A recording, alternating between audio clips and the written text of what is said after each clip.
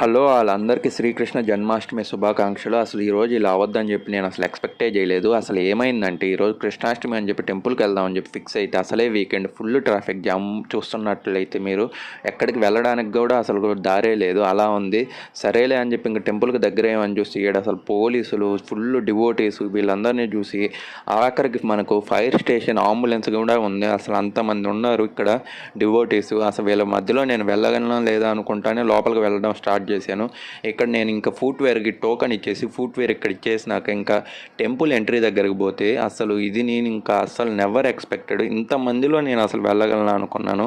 సరే అని చెప్పి ఇంకా పక్కన చూస్తే మనకు మహా అవతార్ నరసింహ మూవీ ప్రమోషన్స్ అనేటివి కూడా ఉన్నాయి. అసలు వీళ్ళల్లో ఇంకా నేను ఇంక సగం దూరం వెళ్ళే లోపల నా వెనకాల చూసారు ఎంతమంది ఉన్నారు. వీళ్ళల్లో ఇంకా నేను ఎప్పుడు పోతాను రా బాబు అనే లోపల ఇంకా స్టార్టింగ్ పాయింట్ లోపలికి వచ్చేసింది. అసలు ఈ మూమెంట్లో ఆగిపోయాను. హరే కృష్ణ మంత్రం విన్నాను. ఇంకా చాలరా బాబు ఇంకా మనకు దర్శనం వచ్చేసింది.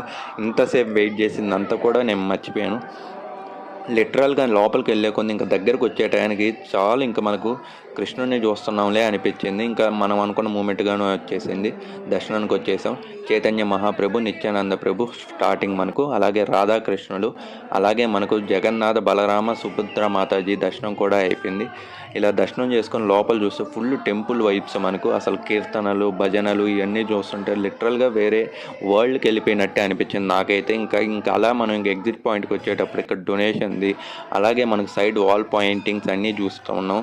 ఇంకా అలా మనం పైన నుండి కిందకి ఎగ్జిట్కి వచ్చేటప్పుడు కింద చూసినట్లయితే ఇక్కడ మనకు బుక్స్, అలాగే ట్రెడిషనల్ వేర్స్, అలాగే రాధాకృష్ణ బొమ్మలు ఇవన్నీ ఉంటాయన్నమాట, తీసుకోవచ్చు. సో ఇంకా మనం లాస్ట్ ఎగ్జిట్ పాయింట్కి వచ్చేసాం. Okay then bye.